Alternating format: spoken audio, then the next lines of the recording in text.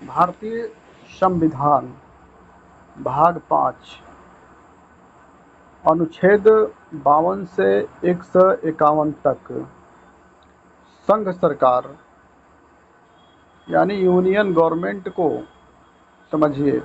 भारतीय संविधान का भाग 5 पूरे देश की केंद्रीय शासन व्यवस्था के बारे में बताता है।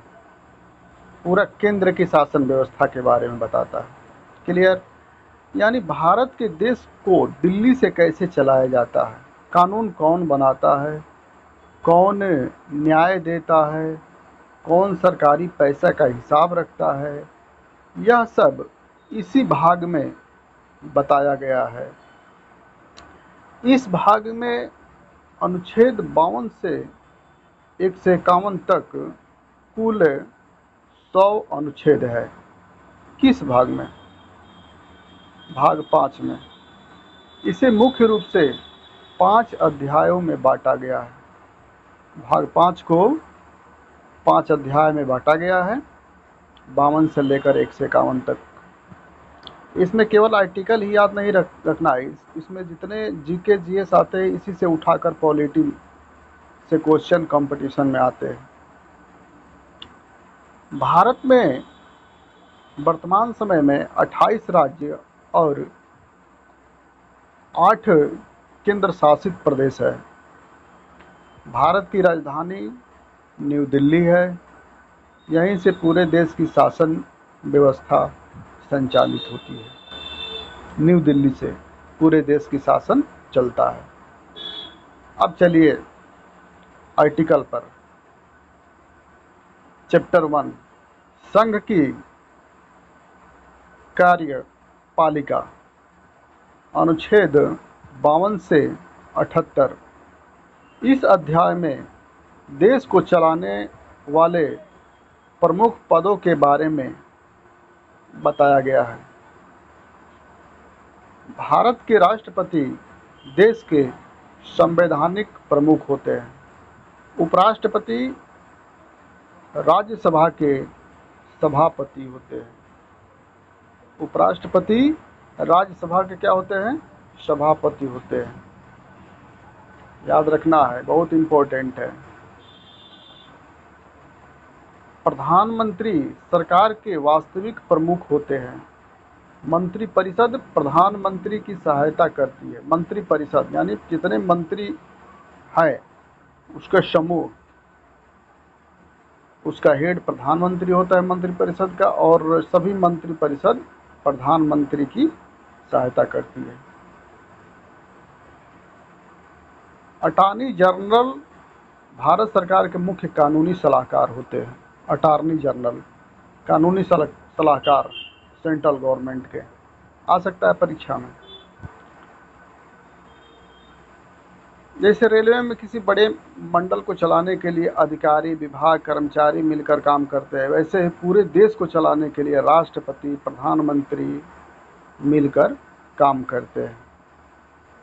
राष्ट्रपति भवन में राष्ट्रपति निवास करते हैं। यहीं से राष्ट्रपति देश के महत्वपूर्ण संवैधानिक कार्य करते हैं। संसद अनुच्छेद 79 से 122 तक। इस अध्याय में, अध्याय 2 में क्या पढ़ना है? 79 से 122 तक पढ़ना है। इस अध्याय में संसद के बारे में बताया गया है। चैप्टर 2 भाग 5 के। भारत की संसद 2 सदनों से मिलकर बनी है। एक है लोकसभा, दूसरी है राज्यसभा। संसद का कार्य देश के लिए कानून बनाना, बजट पास करना, सरकार से प्रश्न पूछना, जनता की समस्याएं उठाना, ये संसद के काम है। जैसे किसी विभाग में नियम बनाकर काम कराया जाता है, वैसे ही संसद पूरे देश के लिए कानून बनाती है। संसद क्या बनाती है? कानून बनाती है। संसद भवन पार्लियामेंट हाउस में लोकसभा और राज्यसभा की बैठक होती है। संसद भवन में राष्ट्रपति की विधायी शक्तियाँ। अब चलिए राष्ट्रपति की शक्ति।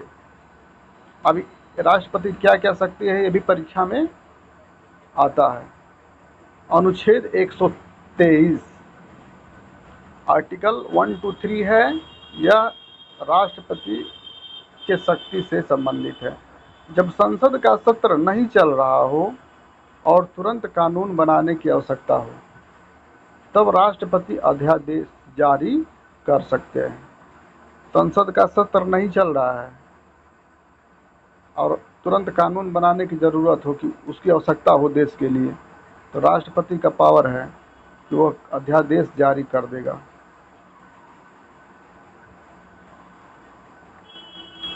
इसे राष्ट्रपति की विधायी शक्ति कहा जाता है, इसी को विधायी शक्ति कहा जाता है। राष्ट्रपति का पावर है कि अध्यादेश जारी करके वो लागू कर सकता है, वो कानून की ही तरह माना जाएगा। इसका विस्तृत चर्चा आगे होगी।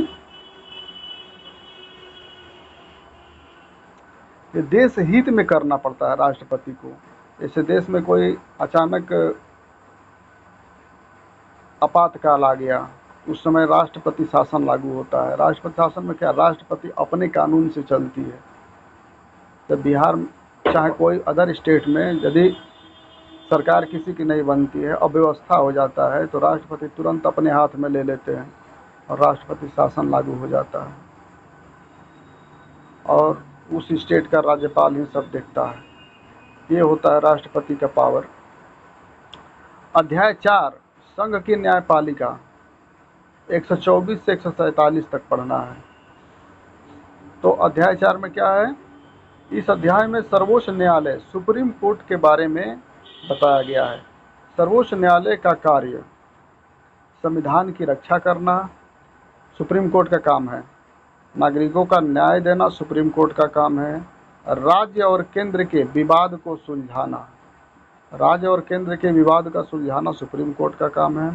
कानून की संवैधानिकता की जांच करना, कोई कानून संविधान के अनुरूप है कि नहीं, उसकी जांच करना सुप्रीम कोर्ट का काम है। Supreme court of India Bharat का सर्वोच्च न्यायालय है।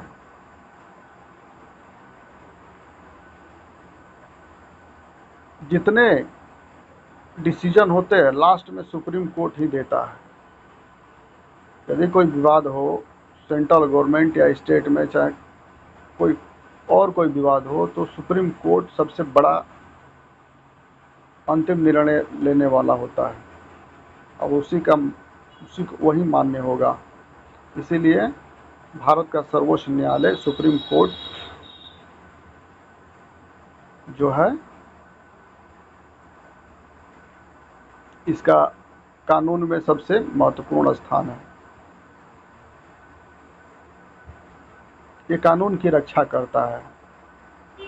यदि कोई कानून का उल्लंघन कर रहा है तो सुप्रीम कोर्ट कानून के तहत उसको सजा दे सकता है। यानी यह कानून का रखवाला है, देश की कानून की। अब चले आइए अध्याय 5 में क्या पढ़ना है आपको। नियंत्रक एवं महालेखा परीक्षक कैग, अनुच्छेद 148 से 151 तक नियंत्रक एवं महालेखा परीक्षक के बारे में पढ़ना है। इस अध्याय में भारत के नियंत्रक एवं महालेखा परीक्षक यानी कैग के बारे में बताया गया है। कैग का पूरा नाम क्या होता है, परीक्षा में आ सकता है, comptroller and auditor general of India.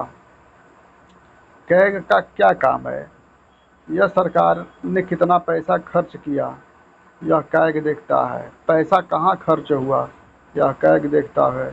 सही जगह खर्चा हुआ है या नहीं यह भी कैग देखता है। बजट के अनुसार खर्च हो रहा है या नहीं यह भी कैग देखता है। यानी सरकार पर निगाहें रखता है कैग। एक तरह से सरकारी खर्चा का हिसाब किताब कैग देखता है। सरकार संसद से पैसा लेती है, खर्च करने के बाद कैग उसकी जांच करता है और कैग जांच करके अपना रिपोर्ट राष्ट्रपति को भेज देगा। राष्ट्रपति उस रिपोर्ट को संसद में रखते हैं। फिर लोक लेखा समिति एक होती है, वो फिर जांच करेगी। पब्लिक अकाउंट कमेटी जो कैग का रिपोर्ट है राष्ट्रपति वाला। राष्ट्रपति जब संसद में रखते हैं तो लोक लेखा समिति उस रिपोर्ट को जांच करती है। अब भाग 5 ये पूरा यहीं पढ़ना है, समझ गए। अब इसका कुछ संक्षेप में समझिए। अध्याय 1 संघ की कार्यपालिका 52 से 78। अध्याय 2 संसद के बारे में 79 से 122। अध्याय 3 राष्ट्रपति की विधायी शक्तियाँ 123। अध्यादेश बहुत इम्पोर्टेंट है। अध्याय 3 एक ही आर्टिकल है 123 अध्यादेश के बारे में। अध्याय 4 में संघ की न्यायपालिका, संघ की न्यायपालिका यानी सुप्रीम कोर्ट ऑफ इंडिया के बारे में पढ़ना है। अध्याय 5 नियंत्रक एवं महालेखा परीक्षक कैग के बारे में, controller auditor general of India, इसके बारे में पढ़ना है 148 से 151 तक। तो पूरा भाग 5 आपका कंप्लीट हो जाएगा। अब चलिए, भारतीय संविधान का भाग 5 पूरे देश का केंद्रीय शासन व्यवस्था की रीढ़ है।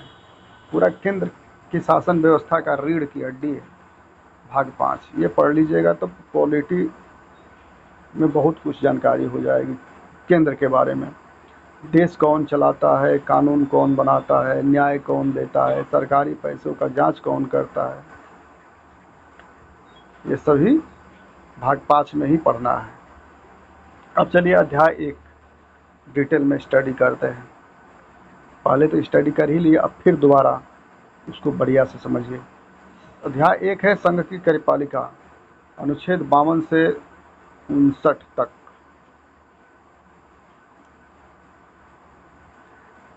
भारतीय संविधान का भाग 5 पूरे देश की केंद्रीय सरकार यानी संघ सरकार के बारे में बताता है। इसमें बताया है कि देश कौन चलाता है, कानून कौन लागू करता है, राष्ट्रपति कैसे चुने जाते हैं, प्रधानमंत्री और मंत्री कैसे काम करते हैं। कार्यपालिका क्या होती है? सरकार का वह अंग जो संसद द्वारा बनाए गए कानूनों को पूरे देश में लागू करता है और शासन चलाता है, उसे हम कार्यपालिका कहते हैं। सरकार का अंग होता है कार्यपालिका, ठीक, जो पूरे देश में लागू करता है कानूनों को और शासन चलाता है। इसमें कौन कौन आते हैं? राष्ट्रपति, उपराष्ट्रपति, प्रधानमंत्री, मंत्रिपरिषद। अब चलिए अनुच्छेद 52 आर्टिकल स्टार्ट हो गया। राष्ट्रपति का पद, अनुच्छेद 52, प्रेसिडेंट ऑफ इंडिया के पद की शुरुआत अनुच्छेद 52 से होती है। इसमें लिखा है कि अनुच्छेद 52 में कि भारत का एक राष्ट्रपति होगा, यानी राष्ट्रपति का पद कभी खाली नहीं रह सकता। अनुच्छेद 53 राष्ट्रपति की शक्तियाँ, पावर ऑफ प्रेसिडेंट, क्या क्या पावर है। देश की सारी कार्यपालिका शक्तियाँ राष्ट्रपति में निहित होती है, ठीक है। लेकिन राष्ट्रपति अकेले काम नहीं करते, वे अपने अधीन अधिकारियों, प्रधानमंत्री और मंत्रिपरिषद के माध्यम से करते हैं। राष्ट्रपति की मुख्य भूमिका है देश के संवैधानिक प्रमुख, भारत के प्रथम नागरिक, तीनों सेनाओं के सर्वोच्च सेनापति। देखिए, अब ये क्वेश्चन पूछ सकता है कि तीनों सेनाओं के सर्वोच्च सेनापति कौन होते हैं? तो राष्ट्रपति होते हैं। थल सेना, जल सेना, वायुसेना, ठीक है। आगे चलिए, आर्टिकल 54 राष्ट्रपति का चुनाव, आर्टिकल 54 में पढ़ना है। चुनाव कैसे होता है? राष्ट्रपति का चुनाव सीधे जनता नहीं करती है, याद रखना। आम जनता जो है वोट नहीं करती है राष्ट्रपति के लिए। कभी राष्ट्रपति का चुनाव सुने हो, जनता किए हो? प्रधानमंत्री का होता है, मुख्यमंत्री का होता है, मुखिया का होता है, लेकिन राष्ट्रपति का नहीं होता है, राज्यपाल का नहीं होता है चुनाव। ये जनता नहीं करती है। कौन करता है? तो उसका चुनाव एक निर्वाचक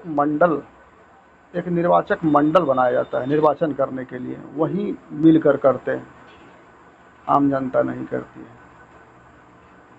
तो निर्वाचक मंडल जो होता है ना, हम ही लोग चुनते हैं, जैसे सांसद चुनते हैं, एमपी चुनते हैं, एमएलए चुनते हैं, उन्हीं में से वही लोग राष्ट्रपति का चुनाव करते हैं, ठीक ना। एक तरह से अप्रत्यक्ष रूप से राष्ट्रपति का चुनाव होता है।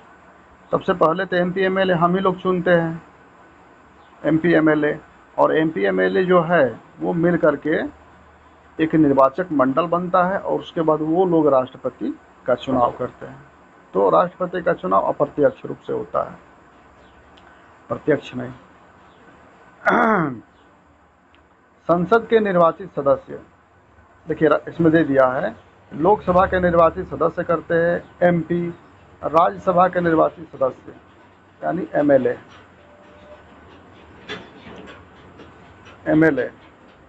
कुछ केंद्र शासित प्रदेशों के विधानसभा जैसे दिल्ली, पुडुचेरी, जम्मू कश्मीर, केंद्र शासित प्रदेशों में विधानसभा नहीं होती है क्योंकि वहाँ पर केंद्र का शासन होता है। लेकिन कुछ प्रदेश है जहाँ पर केंद्र शासित प्रदेश है लेकिन वहाँ पर विधानसभा भी है, जैसे दिल्ली है। तो बताए आपको कि एमपी एमएलए देते हैं वोट प्रेसिडेंट के चुनाव के लिए, लेकिन एमएलसी नहीं देते हैं। विधान परिषद के सदस्य जो होते हैं उसको एमएलसी बोला जाता है, वो नहीं देते हैं। मनोनीत सदस्य, जैसे राष्ट्रपति मनोनीत करते हैं जिन सदस्यों को, वो भी नहीं देते हैं वोट। राष्ट्रपति चुनाव की प्रक्रिया, आर्टिकल 55 राष्ट्रपति चुनाव की प्रक्रिया। राष्ट्रपति का चुनाव अप्रत्यक्ष रूप से होता है, प्रत्यक्ष रूप से नहीं होता है। यानी जनता अपने प्रतिनिधियों को चुनती है और वे प्रतिनिधि यानी एमपी एमएलए राष्ट्रपति चुनते हैं। बहुत इजी है, आपको समझ में आ जाएगा, बस सुनते जाइए। चुनाव के प्रमुख सिद्धांत, राज्यों के बीच समान प्रतिनिधित्व, सभी राज्यों के बीच प्रतिनिधित्व समान दिया जाता है। सभी राज्यों को उनकी जनसंख्या के अनुसार महत्व मिलता है। ये नहीं कि किसी राज्य का प्रतिनिधित्व कम दिया जाए और किसी का ज़्यादा, ऐसा नहीं है। राष्ट्रपति के चुनाव का रूल ये है। एमएलए और एमपी वोट का संतुलन रहता है। एमएलए और एमपी के वोट का मूल्य संतुलित रखा जाता है, यानी जनसंख्या के आधार पर इसका वेटेज होता है। ये नहीं कि हर एमपी का वोट का मूल्य एक ही रहे, हर एमएलए का, क्योंकि कोई ऐसा क्षेत्र है, लोकसभा क्षेत्र जहाँ जनसंख्या कम है तो वहाँ वैल्यू कम होगा।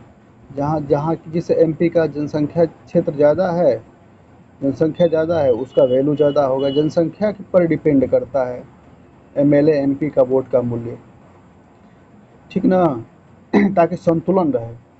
नहीं तो छोटा कम जनसंख्या है वहाँ का एमपी का पावर, और एक बड़ा जनसंख्या है वहाँ के एमपी, यदि दोनों वोट दे या दोनों को बराबर कर दिया जाए तो ये असंतुलित हो जाएगा। इसीलिए एमएलए और एमपी के वोट का मूल्य संतुलित रखा जाता है। वोट का मूल्य तय करने के लिए फार्मूला होता है कि एमएलए का वोट का मूल्य जैसे राज्य की कुल जनसंख्या बटा में कुल निर्वाचित एमएलए गुणे 1000, ये फार्मूला है। एमपी के फार्मूला है कि एमपी के वोट का मूल्य एमएलए के वोट के मूल्य का योग बटा में कुल निर्वाचित एमपी, ये एमपी के वोट का मूल्य का फार्मूला हो गया। एमएलए वोट का वैल्यू का योग और कुल निर्वाचित एमपी। एकल संक्रमणीय मत पद्धति, सिंगल ट्रांसफरेबल वोट। इस प्रणाली में वोट केवल एक उम्मीदवार को नहीं दिया जाता, मतदाता अपनी पसंद क्रम में लिखते हैं।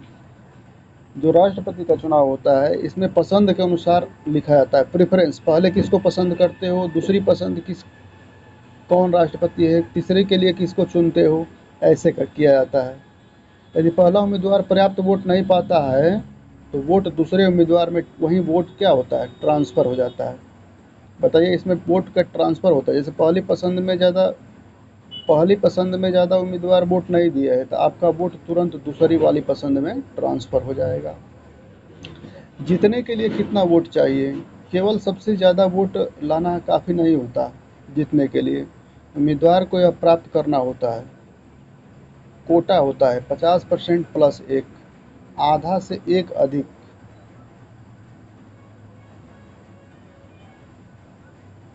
सबसे ज़्यादा वोट लाने से नहीं होता है, इसमें कोटा होता है 50% प्लस 1, आधा से अधिक जिसका वोट आएगा वही राष्ट्रपति का चुनाव जीतेगा। ये नहीं है कि जिसका ज़्यादा वोट ठीक, ये नहीं कि जिसका ज़्यादा वोट है वो जीत ही जाएगा, उसमें वैल्यू तय होता है और जिसका 50% वैल्यू प्लस 1 आएगा ना, वही राष्ट्रपति बनता है। 2022 में राष्ट्रपति का चुनाव, जैसे 2022 में द्रौपदी मुर्मू राष्ट्रपति चुनी गई। अभी भी द्रौपदी मुर्मू जी है राष्ट्रपति। उन्हें आवश्यक कोटा से अधिक वोट मूल्य प्राप्त हुआ था। जितना कोटा, जैसे 50% प्लस 1 प्राप्त हुआ था,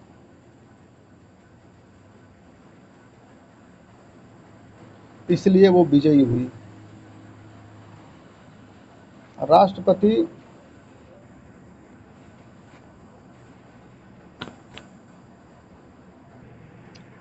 तो 2022 में द्रौपदी मुर्मू राष्ट्रपति चुनी गई थी। उन्हें आवश्यक कोटा से अधिक वोट मूल्य प्राप्त हुआ था, इसलिए द्रौपदी मुर्मू विजयी हुई थी।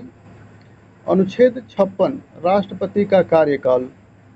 राष्ट्रपति का कार्यकाल 5 वर्ष का होता है। ये भी इम्पोर्टेंट है।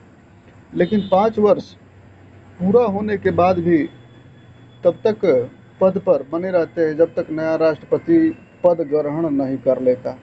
ठीक है, 5 वर्ष के बाद भी बने रहते हैं जब तक नया राष्ट्रपति पद ग्रहण नहीं कर लेते। राष्ट्रपति पद कैसे खाली हो सकता है? इस्तीफा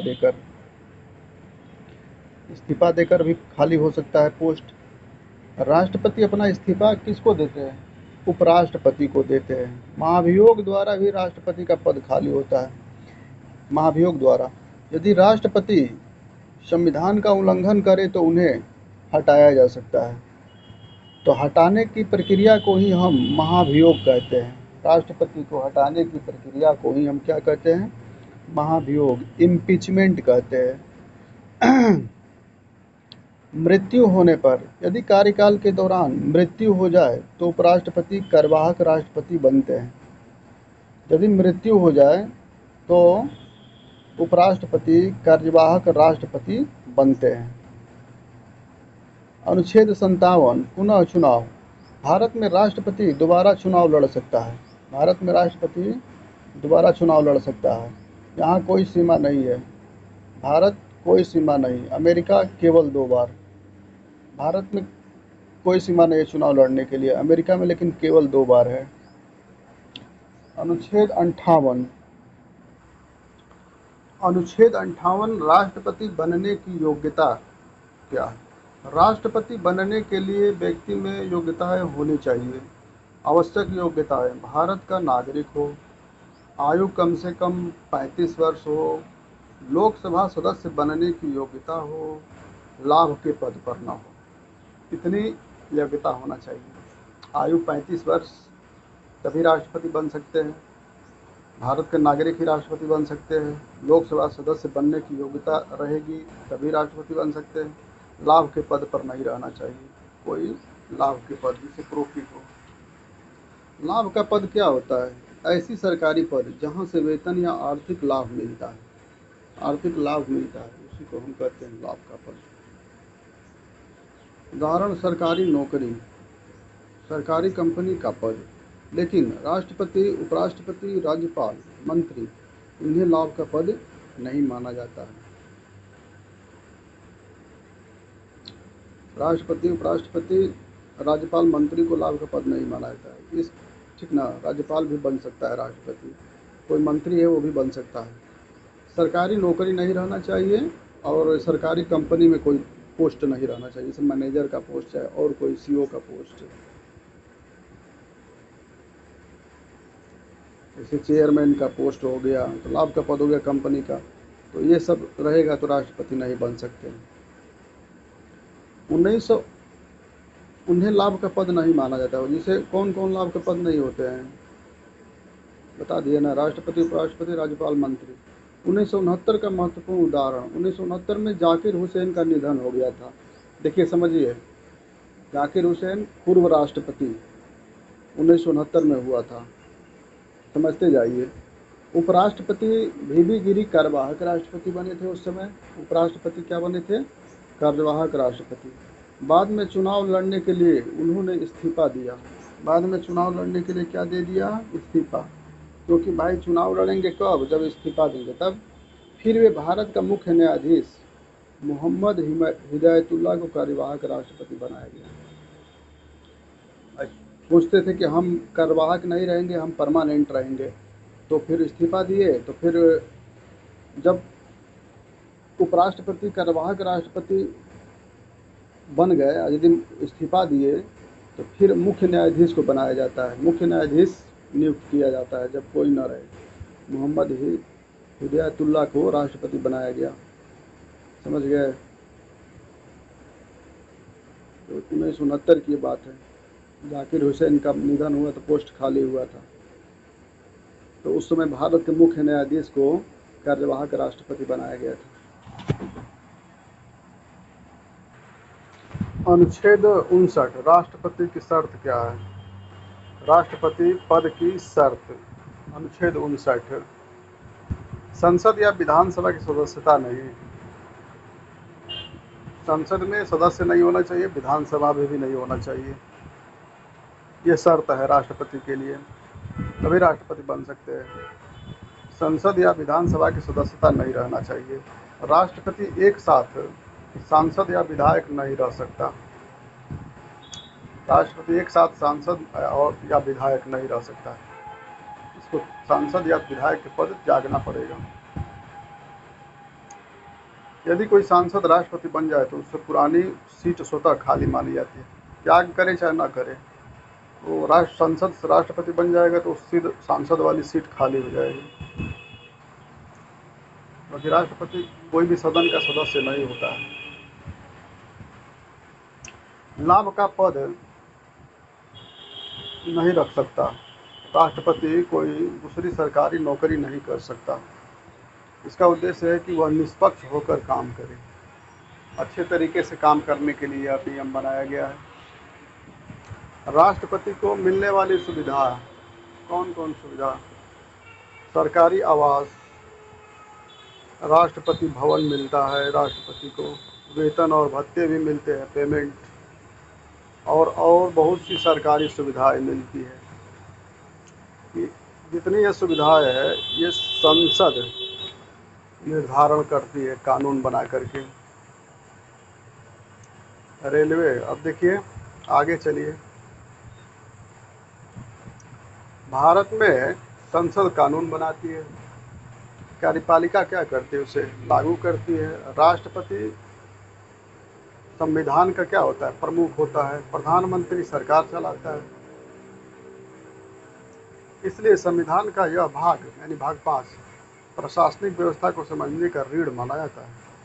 भारतीय संविधान, राष्ट्रपति और उपराष्ट्रपति।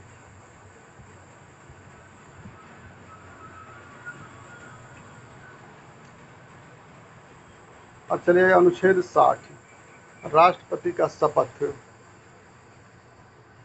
समझते जाइए पूरा कॉन्सेप्ट। राष्ट्रपति शपथ के बारे में बताया गया है आर्टिकल 60 में। 60 मतलब शपथ, याद, ये तो बहुत आसान से याद रहेगा। राष्ट्रपति का शपथ, 60 शपथ। प्रेसिडेंट ऑफ इंडिया पद ग्रहण करने से पहले ओथ लेते हैं, शपथ लेते हैं।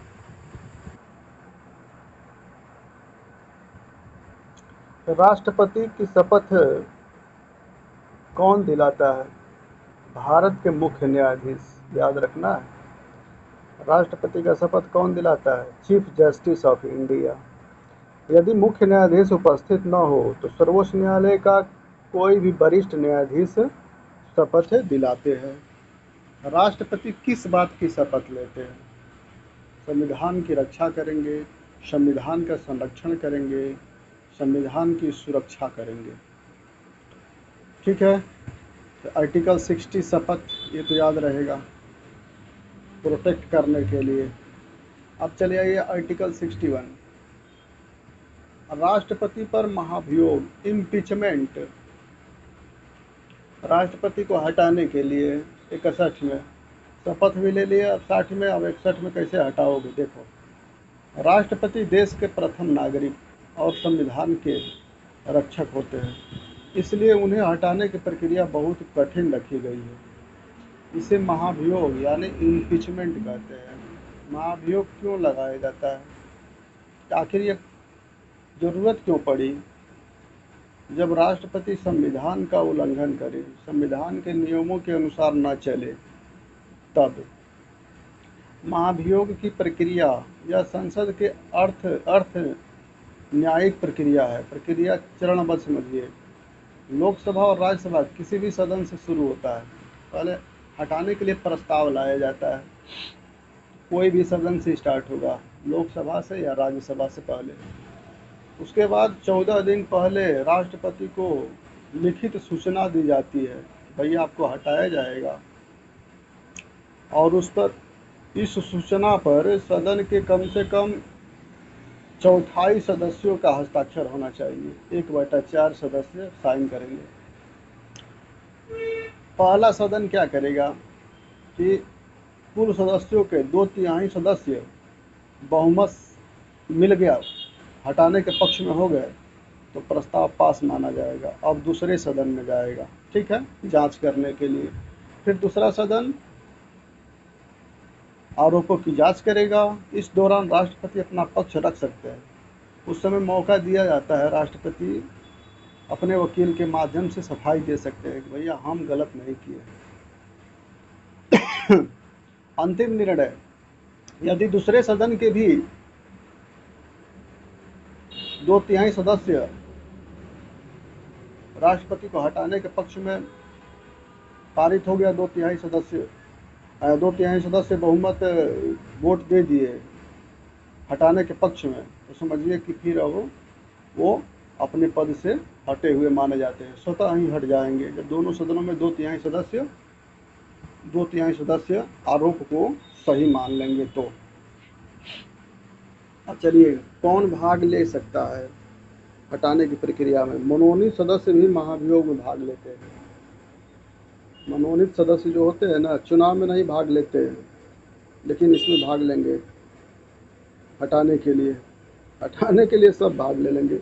राज्य विधानसभाओं के सदस्य, सब महत्वपूर्ण परीक्षा तथ्य, सबसे महत्वपूर्ण, अब तक भारत में किसी भी राष्ट्रपति पर महाभियोग सफलतापूर्वक नहीं चलाया गया है।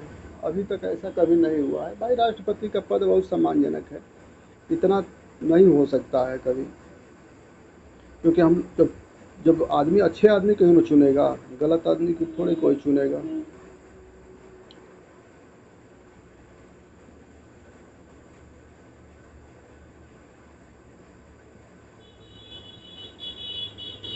ठीक है, आगे चलिए। राष्ट्रपति पद रिक्त होने पर चुनाव। राष्ट्रपति का पोस्ट खाली हो गया किसी कारणवश, तो चुनाव कराने की प्रक्रिया अनुच्छेद 62 में है। दो स्थिति है। नॉर्मल वैकेंसी, जब राष्ट्रपति का कार्यकाल 5 वर्ष पूरा हो जाए, ऐसी स्थिति में नया चुनाव पहले ही करा लिया जाता है ताकि पद खाली न रहे।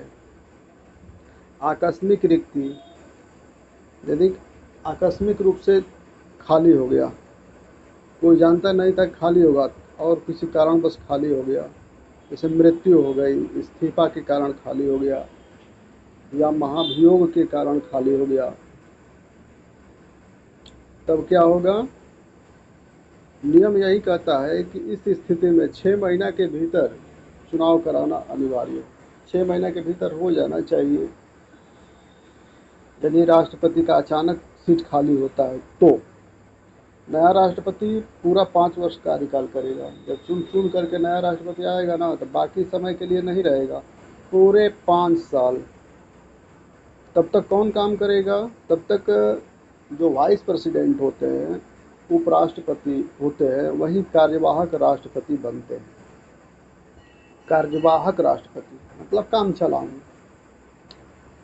जैसे राजेंद्र प्रसाद, सर्वपल्ली राधाकृष्णन, जाकिर हुसैन, ये कार्यवाहक राष्ट्रपति बने हैं।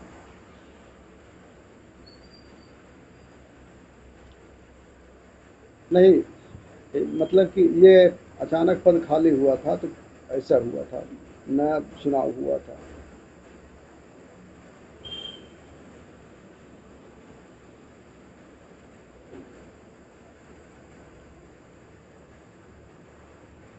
अनुच्छेद 63 में चले आइए। ये कार्यवाहक राष्ट्रपति बने थे तीनों, जाकिर हुसैन, सर्वपल्ली राधाकृष्णन, राजेंद्र प्रसाद, राष्ट्रपति भी बने थे।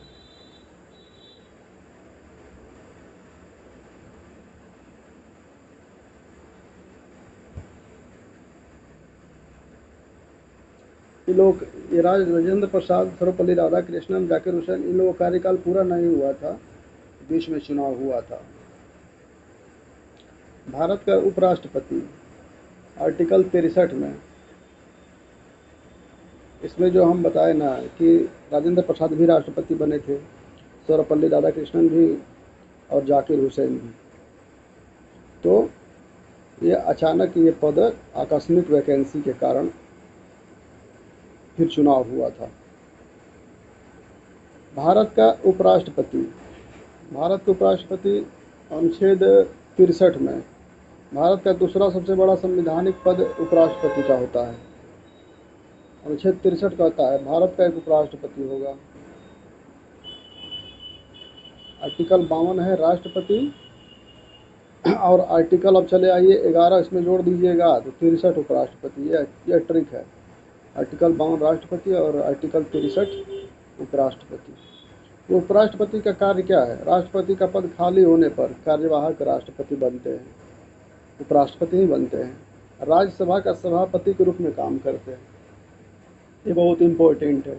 राज्यसभा के सभापति कौन होते हैं? उपराष्ट्रपति। उपराष्ट्रपति राज्यसभा का पदेन सभापति। ये पदेन सभापति या आर्टिकल 64 में देखिए दिया गया है।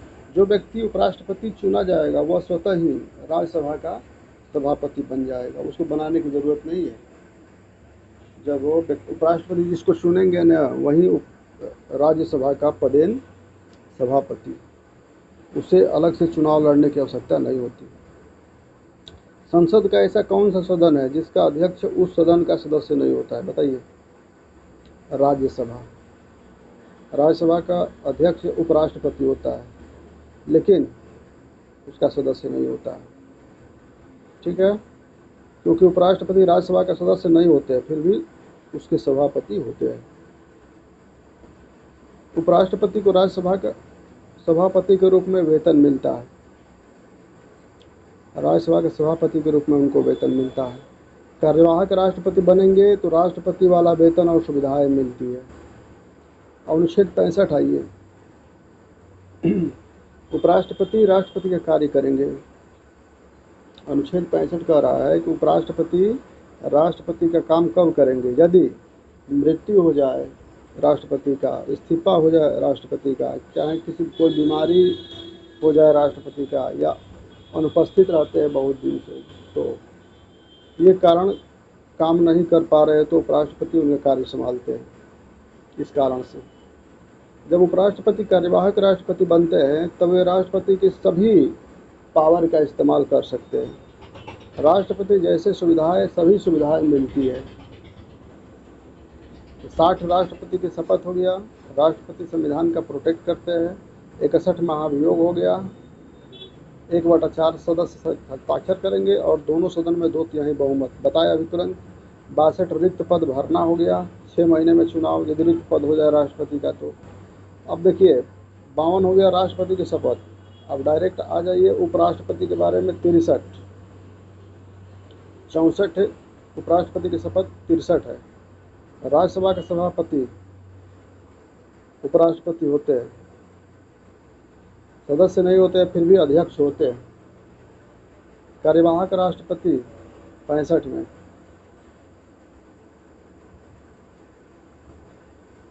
ये हुआ। अब चलिए आगे।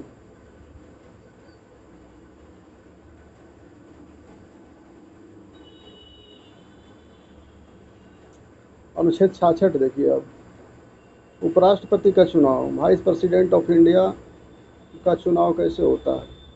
तो इनका भी अप्रत्यक्ष ही होता है, निर्वाचक मंडल द्वारा होता है, जनता सीधे नहीं चुनती है इनको भी। लोकसभा और राज्यसभा संसद के दोनों सदस्य इनमें भी भाग लेते हैं, जिस तरह राष्ट्रपति में भाग लेते थे। निर्वाचित सदस्य, मनोनीत सदस्य इसमें भाग लेते, दोनों वोट देते हैं। राष्ट्रपति वाला में ऐसा नहीं था, मनोनीत नहीं देते थे। राज्य विधानसभा के एमएलए उपराष्ट्रपति के चुनाव में भाग नहीं लेते। अब देखिए, जो एमएलए हैं उपराष्ट्रपति के चुनाव में भाग नहीं लेते। राष्ट्रपति के चुनाव में एमएलए भाग लेते थे, दोनों में अंतर हो गया। एमएलए भाग लेते हैं राष्ट्रपति के चुनाव में, एमएलए भाग नहीं लेते हैं।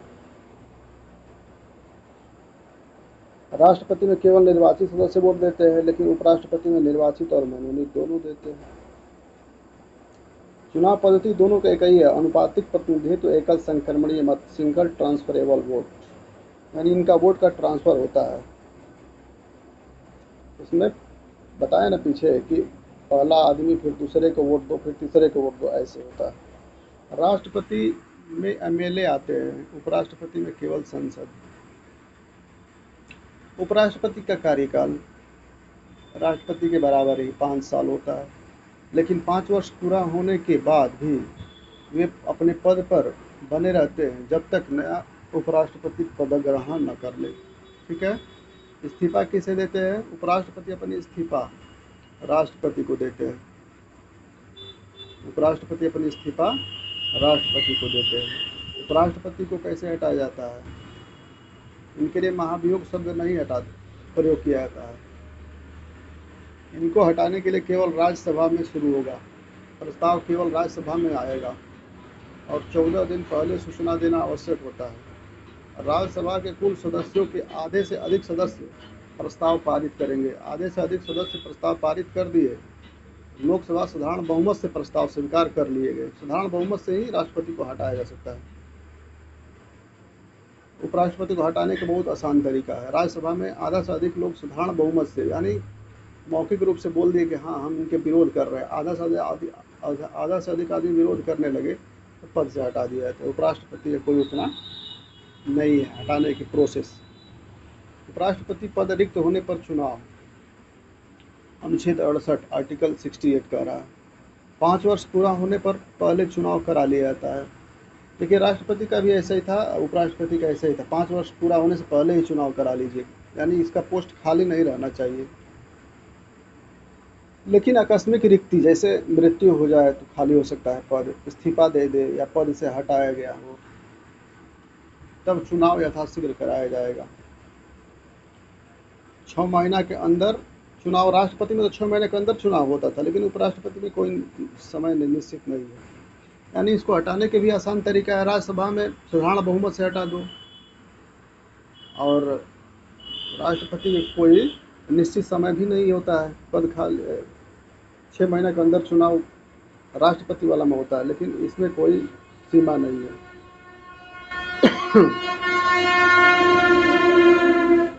अनुच्छेद 69 में आइए, उपराष्ट्रपति की शपथ। उपराष्ट्रपति की शपथ राष्ट्रपति के समक्ष लेते हैं। उपराष्ट्रपति शपथ अपना राष्ट्रपति के समक्ष लेते हैं। वे संविधान के प्रति श्रद्धा, निष्ठा, सच्ची प्रतिज्ञा का शपथ लेते हैं। आकस्मिक परिस्थितियाँ, अनुच्छेद 70 क्या है? आकस्मिक परिस्थितियाँ। यदि किसी कारण से राष्ट्रपति पद भी खाली हो जाए, उपराष्ट्रपति पद दोनों पद खाली हो जाए, तो संसद कानून बनाकर किसी व्यक्ति को राष्ट्रपति का कार्य सौंप सकती है। संसद कानून बना देगी, उस समय संसद का पावर है, उस समय राष्ट्रपति का तुरंत करेगी। पोस्ट वैकेंट नहीं रहना चाहिए। राष्ट्रपति का पोस्ट कभी वैकेंट नहीं रहना चाहिए। कहने का मतलब 1969 का कार्यकाल उदाहरण में जाकिर हुसैन की मृत्यु हो गई थी राष्ट्रपति की पहले ही, बीबी गिरी चुनाव लड़ने हेतु इस्तीफा दे दिया। तब मुख्य न्यायाधीश बनाए गए थे मोहम्मद हिदायतुल्लाह, जो ऊपर बता चुके हैं, कार्यवाहक राष्ट्रपति। ये भारत के मुख्य न्यायाधीश, कौन ऐसे मुख्य न्यायाधीश है जो कार्यवाहक राष्ट्रपति का पद संभाले हैं? तो मोहम्मद हिदायतुल्लाह, मुस्लिम राष्ट्रपति, कार्यवाहक राष्ट्रपति बने थे, ये भारत के न्यायाधीश थे। ये भी इम्पोर्टेंट आ सकता है परीक्षा में। दोनों पद खाली हो जाए तो चीफ जस्टिस कार्य को संभाल सकते हैं, समझ गए ना। संसद कानून बनाकर भी राष्ट्रपति को पद दे सकती है, लेकिन चीफ जस्टिस संसद बोले, संसद चाहे तो चीफ जस्टिस को बना सकती है। राष्ट्रपति और उपराष्ट्रपति चुनाव विवाद। राष्ट्रपति के और उपराष्ट्रपति से चुनाव संबंधित विवाद क्या है? आर्टिकल 71। राष्ट्रपति या उपराष्ट्रपति चुनाव से संबंधित विवादों का निर्णय सुप्रीम कोर्ट करता है, जो दिल्ली में है, उच्चतम न्यायालय। यदि सर्वोच्च न्यायालय चुनाव को अमान्य घोषित कर दे तो निर्णय पहले किए गए कार्य वैध माने जाएंगे। इस चुनाव हो रहा है, कोई उस पर रोक लगा दिया उपराष्ट्रपति राष्ट्रपति का, और सर्वोच्च न्यायालय उसको अमान्य घोषित कर दिया कि नहीं, तो उसके पहले वाला जितना निर्णय है सब वैध माने जाएंगे। बहुत महत्वपूर्ण बिंदु है। देखिए, यदि चुनाव के समय कुछ सीटें खाली हो तो केवल इस आधार पर चुनाव रद्द नहीं किया जा सकता। सीट खाली है तो चुनाव रद्द नहीं होगा। चुनाव के समय कुछ सीटें खाली हो तो केवल इस आधार पर चुनाव रद्द नहीं किया जा सकता कि सीट खाली है, ठीक ना। राष्ट्रपति की क्षमादान शक्ति। अब चलिए, राष्ट्रपति के पावर देखिए, बहुत इंपॉर्टेंट। अनुच्छेद 72 राष्ट्रपति का क्षमा देने की शक्ति है। मृत्यु दंड को भी माफ कर सकते हैं, फांसी को भी माफ कर सकते हैं। जैसे क्षमा पूरी सजा को भी कम कर सकते हैं। जैसे कोई मामला न्यायालय में अपराधियों को सजा के बारे में हो तो राष्ट्रपति सजा कम कर सकते हैं या माफ कर सकते हैं। सजा पर रोक लगा सकते हैं। परिहार मतलब सजा की अवधि को, समय को कम कर सकते हैं। 10 साल की सजा को 5 साल कर सकते हैं। लघुकरण कम्यूटेशन, सजा का स्वरूप बदलना, लघुकरण कर सकते हैं, स्वरूप को बदल सकते हैं। जैसे फांसी की सजा मिली है सुप्रीम कोर्ट से तो उसको उम्र कैद में कन्वर्ट कर सकते हैं। यह राष्ट्रपति का पावर है। निलंबन सस्पेंशन, सजा कुछ समय के लिए रोकना, सजा को कुछ समय के लिए रोक सकते हैं, पेंडिंग में सस्पेंशन में कर सकते हैं। राष्ट्रपति किन मामलों में क्षमा दे सकते हैं? केंद्र सरकार के कानून, कोर्ट मार्शल, मृत्यु दंड। President can change punishment. संघ की कार्यपालिका शक्ति का विस्तार। यह बताता है कि केंद्र सरकार कहां कहां अपनी शक्ति प्रयोग कर सकती है। केंद्र सरकार किन विषयों पर कार्य करती है, जहां संसद कानून बना सकती है। रक्षा, रेलवे, विदेश नीति, संचार, परमाणु ऊर्जा। रेलवे पूरे भारत का विषय है, इसलिए इसका नियंत्रण केंद्र सरकार के पास होता है।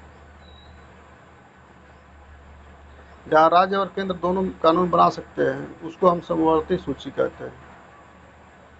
वहाँ समानांतर राज्य सरकार कार्य करेगी।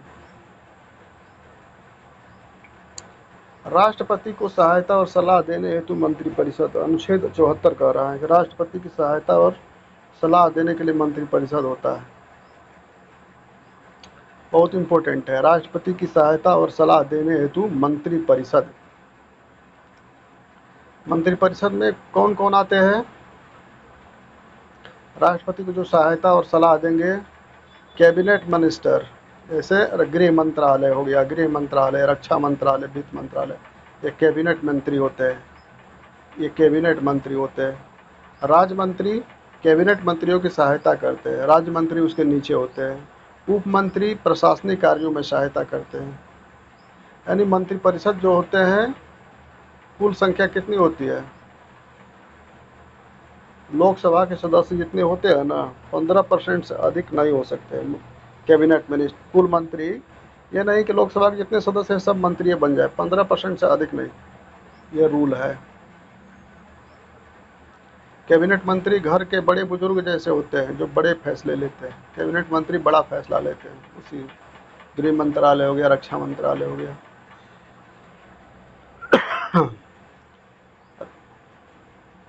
ये ट्रिक बताया गया है उपराष्ट्रपति तो सब पढ़ाइए दिया है, एक पूरा आर्टिकल, ठीक है, पूरा संक्षेप में। कि जैसे उपराष्ट्रपति का चुनाव केवल संसद राज्यसभा वोट देती है, बताया अभी। कार्यकाल 5 साल का होता है उपराष्ट्रपति का। राष्ट्रपति का पद खाली हो जाए तो 6 महीने के अंदर चुनाव कराना है, लेकिन उपराष्ट्रपति में कोई ज़रूरी नहीं। उपराष्ट्रपति क्या होते हैं? राष्ट्रपति के सामने शपथ लेते हैं, लेकिन राष्ट्रपति जो सुप्रीम कोर्ट का चीफ जस्टिस है उसके सामने शपथ लेते हैं। दोनों पद खाली हो जाए तो चीफ जस्टिस बनते हैं, कार्यवाहक राष्ट्रपति बताए थे ना, 70 आर्टिकल में है। 69 आर्टिकल में उपराष्ट्रपति का शपथ है। चुनाव विवाद सुप्रीम कोर्ट करेगी, आर्टिकल 71 में बताया भी। राष्ट्रपति को क्षमा करने की शक्ति आर्टिकल 72 है। सजा को बदल सकते हैं राष्ट्रपति। 73 है केंद्र की शक्ति, रक्षा, रेलवे, विदेश केंद्र की शक्ति 73 में। 74 मंत्रिपरिषद और मंत्रिपरिषद असली शासन कौन करता है? पीएम मंत्रिपरिषद में हेड होता है। अब समझिए, अब कुछ कॉन्सेप्ट। राष्ट्रपति देश का संवैधानिक मुखिया होता है, उपराष्ट्रपति उसका अधिकारी होता है नीचे। प्रधानमंत्री और मंत्रिपरिषद असली प्रशासन चलाते हैं, प्रधानमंत्री और मंत्रिपरिषद। संसद क्या करती है? कानून बनाती है। राष्ट्रपति संवैधानिक रूप से उसे लागू करते हैं। जो कानून बन जाता है ना तो उस पर साइन कर देंगे, बस लागू हो जाएगा। इसलिए राष्ट्रपति को बैठाया गया। संवैधानिक प्रमुख होते हैं राष्ट्रपति। अब चले आइए अनुच्छेद 75।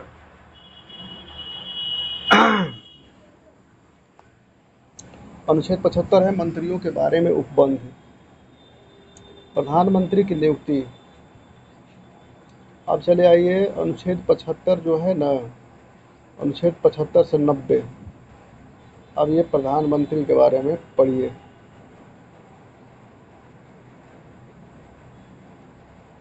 अनुच्छेद 75 से 90। अनुच्छेद 75 प्रधानमंत्री की नियुक्ति। देखिए 60 था राष्ट्रपति की नियुक्ति। उसके बाद अनुच्छेद 75 जो है मंत्रियों के बारे में, प्रधानमंत्री की नियुक्ति। प्रधानमंत्री पढ़िए। प्रधानमंत्री क्या होती है, की नियुक्ति कौन करते हैं? प्राइम मिनिस्टर ऑफ इंडिया की नियुक्ति राष्ट्रपति करते हैं। राष्ट्रपति के समक्ष शपथ लेते हैं प्रधानमंत्री और उनके मंत्रीगण, लेकिन व्यवहार में राष्ट्रपति उस व्यक्ति को बुलाते हैं जिसके पास लोकसभा में बहुमत होता है। अन्य मंत्रियों की नियुक्ति भी राष्ट्रपति करते हैं, ठीक है। अन्य मंत्री की नियुक्ति भी राष्ट्रपति करते हैं, लेकिन प्रधानमंत्री के सलाह पर करते हैं।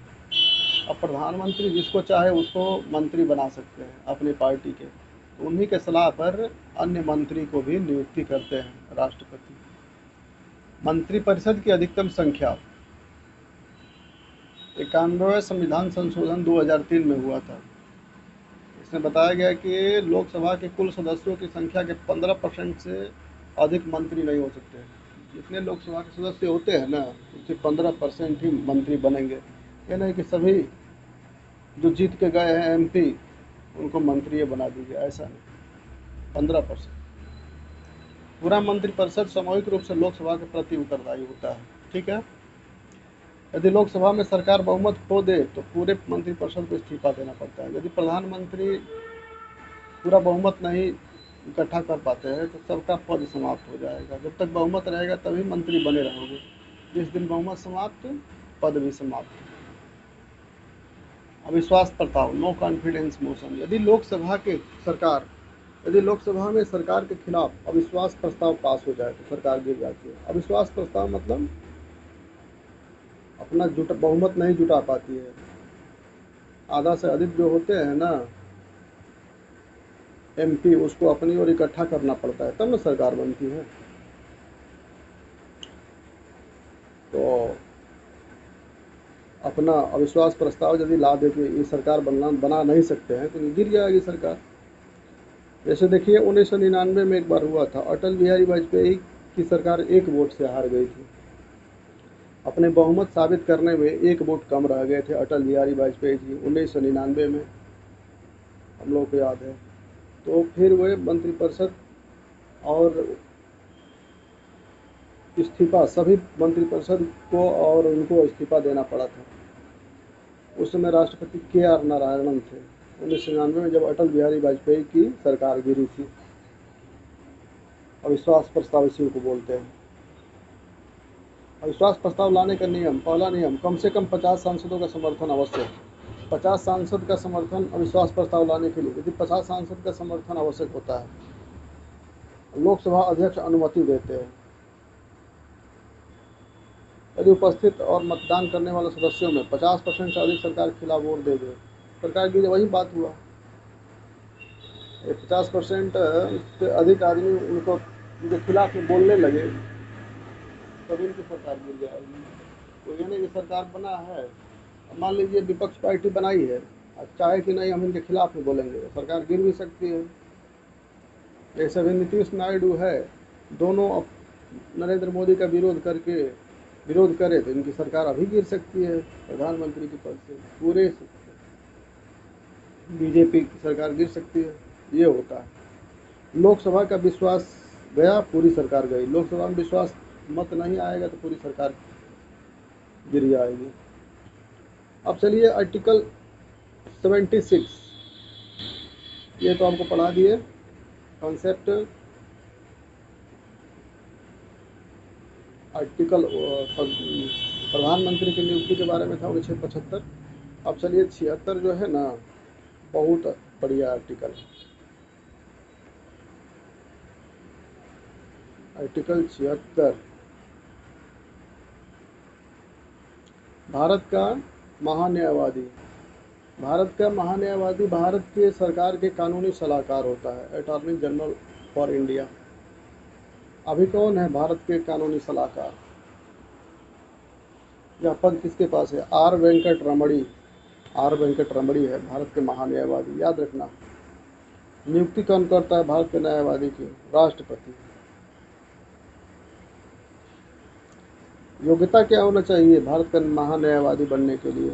सर्वोच्च न्यायालय के न्यायाधीश बनने के लिए जो योग्यता होती है ना, वही महान्यायवादी बनने के लिए होती है। एक तरह से एक लोग वकील होते हैं, एडवोकेट होते हैं।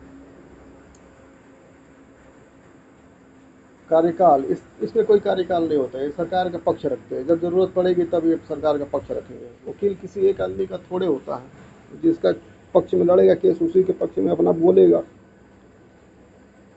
राष्ट्रपति जब चाहे तब, ये राष्ट्रपति के प्रसाद पर्यंत पद पर बने रहते हैं। राष्ट्रपति जब चाहे तब तक ये अपने पद पर बने रहते हैं, जब जरूरत पड़े तब तक। संसद में बोल सकते हैं, चर्चा में भाग ले सकते हैं। महान्यायवादी जो है संसद में बोल सकते हैं, चर्चा जो होती है, डिस्कशन, उसमें भाग ले सकते हैं, लेकिन वोटिंग देने का अधिकार महान्यायवादी को नहीं है, समझ जाइए। ये सरकारी वकील एक तरह समझिए, ये सरकारी कर्मचारी नहीं माना जाता, इसलिए निजी किस केस भी लड़ सकते हैं, निजी केस भी लड़ सकते हैं, लेकिन सरकार के खिलाफ नहीं लड़ सकते। महान्यायवादी है, दूसरा प्राइवेट भी केस यदि है तो वो देख सकते हैं।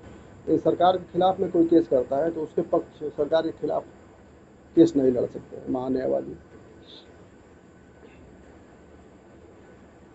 तुषार मेहता सोलिसिटर जनरल के रूप में सहायता करते हैं। सहायक अधिकारी जो होते हैं ना, वो सोलिसिटर जनरल होते हैं। तुषार मेहता अभी है सोलिसिटर जनरल, अभी तुषार मेहता है। आर्टिकल 77 चले आइए, भारत सरकार के कार्यों का संचालन। भारत सरकार के कार्यों का संचालन भारत आर्टिकल 77 कह रहा है। भारत सरकार के सभी कार्य राष्ट्रपति के नाम पर किए जाते हैं। कार्य तो करते हैं भारत सरकार, लेकिन नाम किसका होता है? राष्ट्रपति का। चलिए आर्टिकल 78, प्रधानमंत्री के कर्तव्य। आर्टिकल 78 बताता है प्रधानमंत्री का कर्तव्य। क्या कर्तव्य है प्रधानमंत्री के? प्रधानमंत्री के कर्तव्य है कि वे राष्ट्रपति को मंत्रिपरिषद के निर्णयों की जानकारी दे, प्रशासन की जानकारी दे, कानूनों की जानकारी दे। ये प्रधानमंत्री का कर्तव्य है कि राष्ट्रपति को हर बात की जानकारी देना चाहिए, निर्णय की जानकारी, प्रशासन की जानकारी, कानून की जानकारी। यदि राष्ट्रपति किसी विषय को मंत्रिपरिषद के सामने रखने को कहे तो प्रधानमंत्री को विषय मंत्रिपरिषद के सामने रखना पड़ेगा। संसद का गठन, आर्टिकल 79, आर्टिकल 79। भारत के संसद का गठन 3 अंगों से मिलकर बनता है संसद। राष्ट्रपति, राज्यसभा, लोकसभा। याद रखना, president, Rajya Sabha, Lok Sabha, PRL, trick याद रखिए। तब पार्लियामेंट, पीआरएल, पार्लियामेंट, पीआरएल यानी राष्ट्रपति, राज्यसभा, लोकसभा, प्रेसिडेंट, राज्यसभा, लोकसभा, लोकसभा। अच्छा ट्रिक है। महत्वपूर्ण प्रश्न देखिए, क्या राष्ट्रपति संसद का हिस्सा होता है? हाँ, संसद का तो हिस्सा होता ही है, क्योंकि किसी विधेयक को कानून बनाने के लिए राष्ट्रपति की हस्ताक्षर की स्वीकृति की जरूरत पड़ती है। अनुच्छेद 80, आर्टिकल 80 क्या कह रहा है? राज्यसभा की संरचना। राज्यसभा का उच्च सदन अपर हाउस कहा जाता है। राज्यसभा क्या कहता है? अपर हाउस कहा जाता है। अधिकतम सदस्य संख्या कितनी होती है राज्यसभा में? 238 होती है, प्लस 12 मनोनीत यानी 250। 238 प्लस 12, 238 निर्वाचित प्लस 12 मनोनीत। अभी वर्तमान में लगभग 245 सदस्य हैं राज्यसभा में। राज्यसभा में वर्तमान में कितने सदस्य हैं? 245। राष्ट्रपति किन्हें मनोनीत करते हैं? राष्ट्रपति राज्यसभा के सदस्य किन्हें मनोनीत करते हैं, किसको चुनते हैं? तो कला से जो आदमी आते हैं, साहित्य से होते हैं, विज्ञान से, समाज सेवा से, इन व्यक्तियों को 12 सदस्यों को चुना जाता है। ऐसे कला से है, साहित्य से है, विज्ञान से, समाज से 12 व्यक्तियों को राज्यसभा की सदस्यता दी जाती है। वो भी राज्यसभा के सदस्य कहलाते हैं। एमएलए, एक तो एमएलए चुन कर आते हैं और ये चुने जाते हैं राष्ट्रपति, इसको मनोनीत इनको बोलते हैं, मनोनीत सदस्य राज्यसभा के। कला साहित्य आ सकता है परीक्षा में कि राष्ट्रपति कितने लोगों को मनोनीत करते हैं कला, साहित्य, विज्ञान और समाज सेवा से। तो 12 सदस्यों को याद करना। मनोनीत सदस्य किस क्षेत्र से आते हैं? कला, साहित्य, विज्ञान, समाज सेवा क्षेत्र के व्यक्तियों से। कई ऑब्जेक्टिव बन सकते हैं, आप पढ़िएगा पूरा डिटेल में। तो महत्वपूर्ण तथ्य है, राज्यसभा कभी भंग नहीं होती है, याद रखना। लोकसभा भंग हो जाती है, लोकसभा का मंत्रिपरिषद भंग हो जाएगा तो लोकसभा भंग, लेकिन राज्यसभा कभी भंग नहीं होती है। इसमें रिटायरमेंट होते जाते हैं, भरे जाते हैं।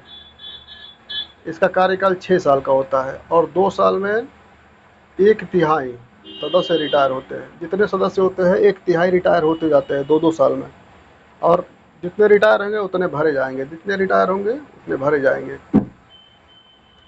एक सदस्य की न्यूनतम आयु 30 साल होती है।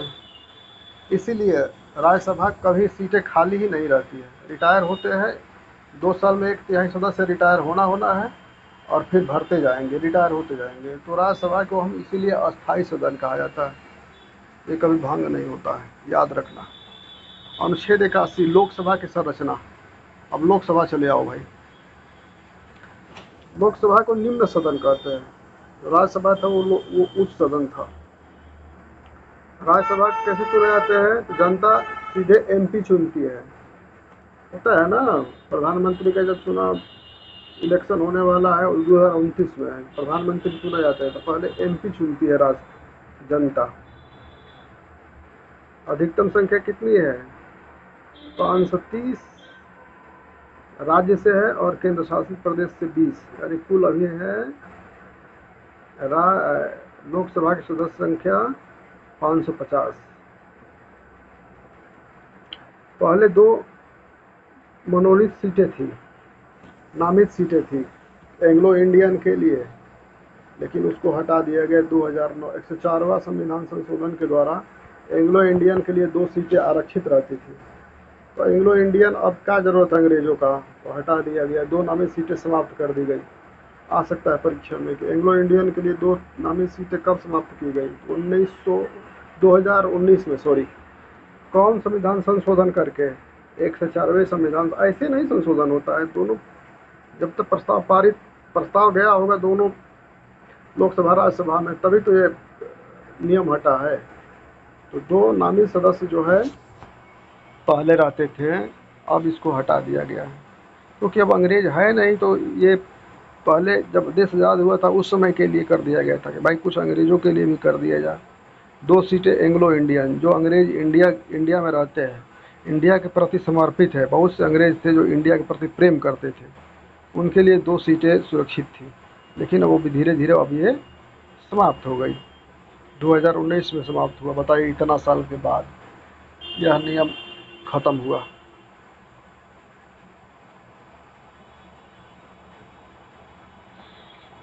लोकसभा के लिए न्यूनतम आयु देखिए, राज्यसभा के में कितना था, 30 वर्ष था, लेकिन कंफ्यूज मत होइएगा, लोकसभा के सदस्यों की न्यूनतम आयु 25 वर्ष और कार्यकाल 5 वर्ष। देखिए, राज्यसभा उच्चतम सदस्य होता है, इसमें न्यूनतम आयु 30 वर्ष और कार्यकाल 6 वर्ष, दोनों से ज़्यादा होता है। 25 वर्ष इसमें है, 5 साल ज़्यादा, और 5 वर्ष इसमें कार्यकाल है, तो इसमें 1 साल ज़्यादा। 18वीं लोकसभा चुनाव 2024 में हुआ था। 18वीं लोकसभा चुनाव कब हुआ था? 2024 में, प्रधानमंत्री के 543 सीट पर हुआ था। लोकसभा में उस समय कितने सीटें थी 2024 में जब चुनाव हुआ था? तो 543 सीटों पर हुआ था। इसमें आधा से जो एक अधिक यानी 272 सीटें जो लाया वो किसी तरह मेजोरिटी में जो आएगा 272, आधा से एक अधिक, तो 543 का आधा से एक अधिक 272 होगा। तो नरेंद्र मोदी की सरकार बनी, एनडीए की गठबंधन की सरकार बनी। नरेंद्र मोदी अकेले सरकार 2024 में नहीं बना पाए हैं, याद रखना। आदमी कहता है बीजेपी की सरकार है, लेकिन नहीं, बीजेपी अकेले सरकार नहीं बनाई है, इसमें एनडीए गठबंधन की सरकार बनी। सभी पार्टियां नीतीश की पार्टी मिली हुई है। यदि किसी दल के अकेले बहुमत न मिले तो गठबंधन सरकार बनती है, ठीक है। जैसे इंडियन है, जैसे इंडिया कांग्रेस में इंडिया गठबंधन है। यदि कांग्रेस अकेले बहुमत नहीं लाएगी या इंडिया गठबंधन मिलकर बनाते हैं तो ये गठबंधन की सरकार कहलाती है। मोदी का एनडीए गठबंधन है, राहुल गांधी का इंडिया गठबंधन है। परिसीमन, अनुच्छेद 82 परिसीमन के बारे में। जनगणना के बाद सीटों का पुनः निर्धारण किया जाना, परिसीमन क्या कहलाता है? जनगणना के बाद सीट का पुनः निर्धारण, इसके लिए परिसीमन आयोग बनाया जाता है। सीट कहाँ पर कितने सीट होंगे, सीमा तय किया जाता है। 84वें संविधान संशोधन 2001 में हुआ था। 2026 तक लोकसभा सीटों में परिवर्तन नहीं होगा। 2026 तक तो अभी तो सीट में परिवर्तन नहीं होगा, 2026 तक ऐसे ही चलेगा। परिसीमन यानी अनुच्छेद 82 है। परिसीमन में जनगणना किया जाता है और देखा जाता है कि ज़्यादा जनसंख्या हो गई है तो उसको बांट दिया जाता है अलग अलग सीटों में।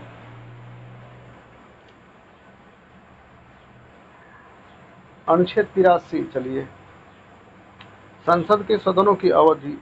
संसद की सदन की अवधि क्या है? अनुच्छेद 83 कह रहा है संसद के सदन, जैसे लोकसभा 5 साल और यह भंग हो सकती है। राज्यसभा अस्थाई सदन है, ये कभी भंग नहीं हो सकती है। 2 साल में 1/3 रिटायरमेंट होते जाते हैं और भरे जाते हैं 6 साल, और 6 साल इनका कार्यकाल होता है सदस्यों का, राज्यसभा के सदस्यों का। और राज्यसभा के सदस्य बनने के लिए 30 साल की उम्र होनी चाहिए। तो संसद के सदनों की अवधि है ये। अनुच्छेद 84 देखिए, संसद सदस्य बनने की योग्यता। संसद के सदस्य कैसे बनिएगा भैया? लोकसभा में 25 साल उम्र होनी चाहिए, राज्यसभा के लिए 30 साल उम्र होनी चाहिए, तभी सदस्य बन सकते हैं।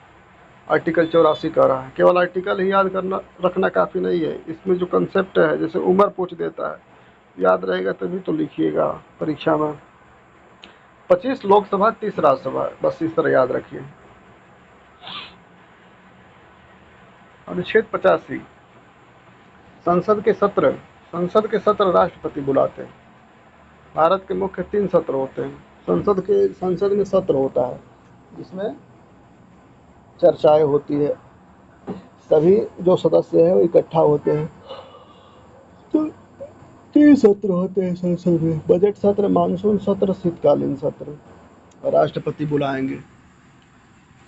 राष्ट्रपति लोकसभा को भंग कर सकते हैं लेकिन राज्यसभा को नहीं कर सकते, याद रखना। अनुच्छेद 86 राष्ट्रपति का अभिभाषण। राष्ट्रपति संसद को संबोधित कर सकते हैं और संसद को संदेश भेज सकते हैं।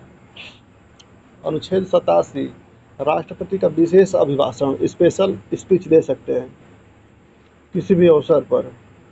जैसे नई लोकसभा का गठन हुआ है तो उन भाषण देंगे स्पेशल।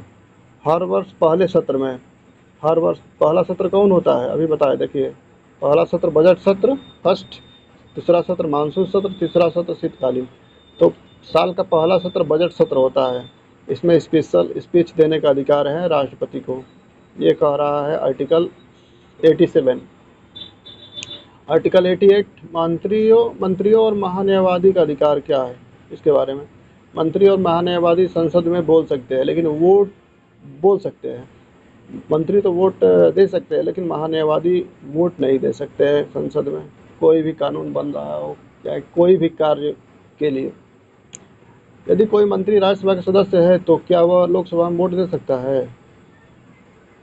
राज्यसभा के सदस्य वाले मंत्री जो है लोकसभा में वोट नहीं दे सकते हैं, इसमें लोकसभा की सदस्यता ली जाती है। जो लोकसभा के सदस्य रहते हैं वही वोट देते हैं, मंत्री से कोई मतलब नहीं है। मान लीजिए राज्यसभा का सदस्य है और मंत्री है तो लोकसभा में थोड़े वोट दे देंगे। अनुच्छेद 79 राज्यसभा के सभापति एवं उपसभापति। उपराष्ट्रपति राज्यसभा के पदेन सभापति होते हैं। उपराष्ट्रपति जब नियुक्त होते हैं ना तो डायरेक्ट वो स्वतः ही राज्यसभा के सभापति बन जाते हैं, पदेन। इसीलिए पदेन मतलब कि उनको पद पर बैठाया जाता है, जैसे सिंहासन पर राजा को बैठा दिया, पर चुनाव थोड़े होता है राजा के लिए पहले राजा को, ऐसे उसी तरह राज्यसभा में उपराष्ट्रपति का चुनाव नहीं होता है। उपराष्ट्रपति जो बनेगा राज्यसभा का सभापति बन जाएगा। ये बहुत इंपॉर्टेंट आर्टिकल है 89, याद रखना। अनुच्छेद 90 उपसभापति का पद रिक्त होना। मान लो उपसभापति का पद रिक्त हो गया, यानी उपराष्ट्रपति का पद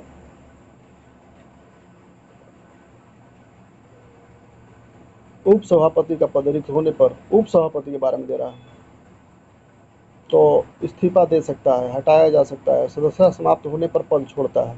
3 कंडीशन में, वही है 14 दिन पहले नोटिस देना पड़ेगा तब हटाया जाएगा, ऐसे नहीं। अब देखिए ये पूरा संक्षेप में दिया गया है। आर्टिकल 75 मंत्रिपरिषद, 76 महान्यायवादी, 77 कार्य संचालन राष्ट्रपति के नाम से सभी होंगे। 78 पीएम के कर्तव्य क्या है 78 में। 79 संसद है, राष्ट्रपति राज्यसभा लोकसभा 79 आर्टिकल। 80 राज्यसभा अस्थायी सदन। 81 लोकसभा जनता सीधे एमपी चुनती है। 82 परिसीमन, सीटों का कैसे निर्धारण होगा। 83 अवधि, लोकसभा 5 साल, राज्यसभा 6 साल। 84 योग्यता, 25 लोकसभा 30 राज्यसभा होना चाहिए सदस्य की उम्र। 85 सत्र, राष्ट्रपति बुलाते हैं। बजट सत्र, मानसून सत्र, शीतकालीन सत्र राष्ट्रपति बुलाते हैं। आर्टिकल 85। 86 87 में स्पेशल अभिभाषण का है बारे में। 88 मंत्री अधिकारी बोल सकते हैं राज्यसभा के, लेकिन लोकसभा में वोट नहीं दे सकते। 89 90 सभापति के बारे में ये हो गया।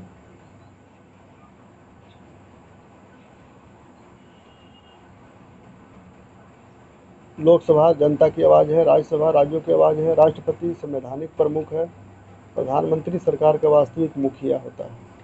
अब चले आइए भाग 5, 91 से 104। आर्टिकल 91 से 104 आर्टिकल भाग 5 में भी चल रहा है। आर्टिकल 91 देखिए, सभापति के कर्तव्यों का पालन करना। सभापति के कर्तव्यों का पालन, यह अनुच्छेद बताता है कि राज्यसभा के सभापति कौन होते हैं, उपराष्ट्रपति। अपना कार्य नहीं कर पा रहे हैं तो उन्हीं की जगह कौन काम करेगा, इसके बारे में 91 आर्टिकल में।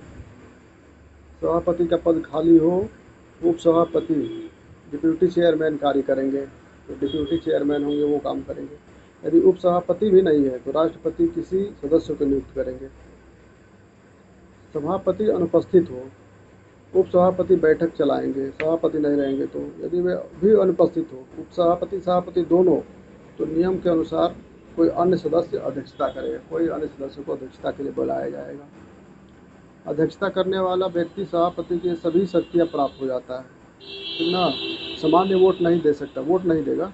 बराबरी होने पर निर्णायक मत, कास्टिंग वोट, जो बराबर यदि मान लो वोट हो रहा है किसी मैटर पर, तो निर्णायक वोट है तो अपना वोट दे सकता उस समय, यदि निर्णय नहीं निकल रहा है तो। अब चले या हटाने का प्रस्ताव होने पर अध्यक्षता नहीं। यदि सभापति या उप सभापति को हटाने का प्रस्ताव सदन में चल रहा है तो फिर अध्यक्षता नहीं करेंगे, केवल बोल सकेंगे, चर्चा में भाग ले सकेंगे, लेकिन अध्यक्ष वाली सीट पर नहीं बैठेंगे। ठीक है, जब आरोप ही लग गया तो सीट पर कैसे बैठेंगे? बोल सकेंगे, चर्चा में भाग ले सकेंगे। अनुच्छेद 93, लोकसभा अध्यक्ष और उपाध्यक्ष बहुत इम्पोर्टेंट है। लोकसभा अपने सदस्यों में से अध्यक्ष, लोकसभा अपने सदस्यों में से स्पीकर का चुनाव करता है या डिप्यूटी स्पीकर का चुनाव कर सकता है, अनुच्छेद 93 कह रहा है। अध्यक्ष इस्तीफा उपाध्यक्ष को देता है। इस्तीफा किसको देगा? अपने नीचे वाले को देगा। उपाध्यक्ष इस्तीफा अध्यक्ष को देता है। उपाध्यक्ष यदि हटेगा तो अध्यक्ष को देगा कि भैया तुम किसी को बना दो हमारा पद पर, उपाध्यक्ष का पद, अब हम इस्तीफा दे रहे हैं। नई लोकसभा बनने के बाद अध्यक्ष का चुनाव आवश्यक है। नई लोकसभा बनने के बाद अध्यक्ष का चुनाव क्या है? आवश्यक है। प्रथम लोकसभा अध्यक्ष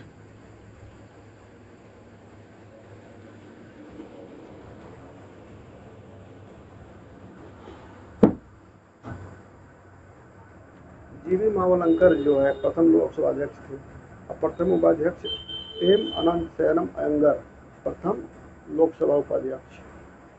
ट्रिक, लोकसभा अपना कप्तान खुद चुनती है। लोकसभा अध्यक्ष उपाध्यक्ष खुद चुनाव होता है, लेकिन राज्यसभा में अध्यक्ष तो उपराष्ट्रपति होते हैं, इसमें चुनाव नहीं। अध्यक्ष उपाध्यक्ष का पद खाली होना, खाली 94 आर्टिकल कह रहा है।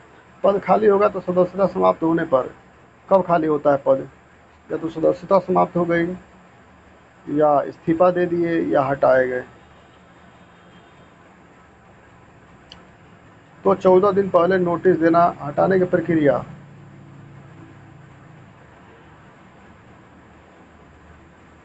यदि किसी को हटाना है तो 14 दिन पहले नोटिस दीजिएगा, और लोकसभा में बहुमत से हटाया जा सकता है किसी भी सदस्य को। अध्यक्ष को हटाने के लिए लोकसभा में प्रस्ताव लाना पड़ता है, और अध्यक्ष को 14 दिन पहले नोटिस दिया जाएगा, और बहुमत 2/3 आना जरूरी है, जो पहले राष्ट्रपति ने बताए थे। लोकसभा भंग होने पर स्पीकर पद पर बना रहता है। लोकसभा भंग हो गया लेकिन स्पीकर का पद नहीं जाता है, या जब तक नई लोकसभा की बैठक न हो जाए। स्पीकर अपने पोस्टे पर रहता है। लोकसभा भंग हो जाने पर स्पीकर से कोई मतलब नहीं है। स्पीकर को हटाने से पहले कितने दिन का नोटिस दिया जाता है? 14 दिन पहले का, याद रखना। अध्यक्ष का पद खाली होने पर, आर्टिकल 95 कह रहा है अध्यक्ष का पद खाली हो गया, यदि स्पीकर अनुपस्थित हो या पद खाली हो तो डिप्यूटी स्पीकर अध्यक्ष के सभी कार्य करेंगे। अनुच्छेद 96 कह रहा है हटाने का प्रस्ताव, जब स्पीकर या डिप्यूटी स्पीकर को हटाने का प्रस्ताव चल रहा हो, ये अध्यक्षता नहीं करेंगे, लेकिन सदन में बोल सकते हैं, वोट दे सकते हैं। हटाने की चर्चा में कुर्सी नहीं मिलेगी, बस बोल सकते हैं, वोट दे सकते हैं, लेकिन कुर्सी पर नहीं बैठ सकते। वेतन और भत्ते, अनुच्छेद 97, speaker deputy speaker chairman deputy chairman के वेतन संसद तय करती है। भारत सरकार के संसद निधि से दिया जाता है।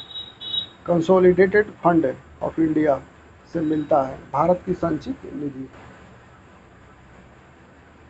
संसद सचिवालय, आर्टिकल 98, लोकसभा और राज्यसभा का अलग अलग सचिवालय होता है। सेक्रेटेरिएट, वह किसी मंत्रालय का अधीन नहीं होता है। सेक्रेटेरिएट स्वतंत्र होता है, मंत्रालय का अधीन नहीं होता।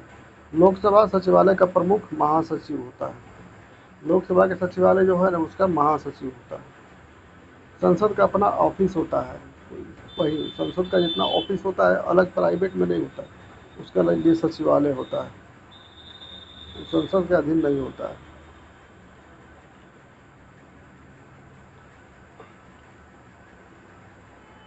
ये संसद का अपना ऑफिस होता है। कोई भी कागजात हो, कोई भी फाइल हो, सब यहीं पर रहता है सचिवालय में। अनुच्छेद 99, सांसदों की शपथ। अनुच्छेद 99 में सांसद की शपथ कैसे लिया जाता है? शपथ लेने के लिए सदन में बैठ नहीं सकता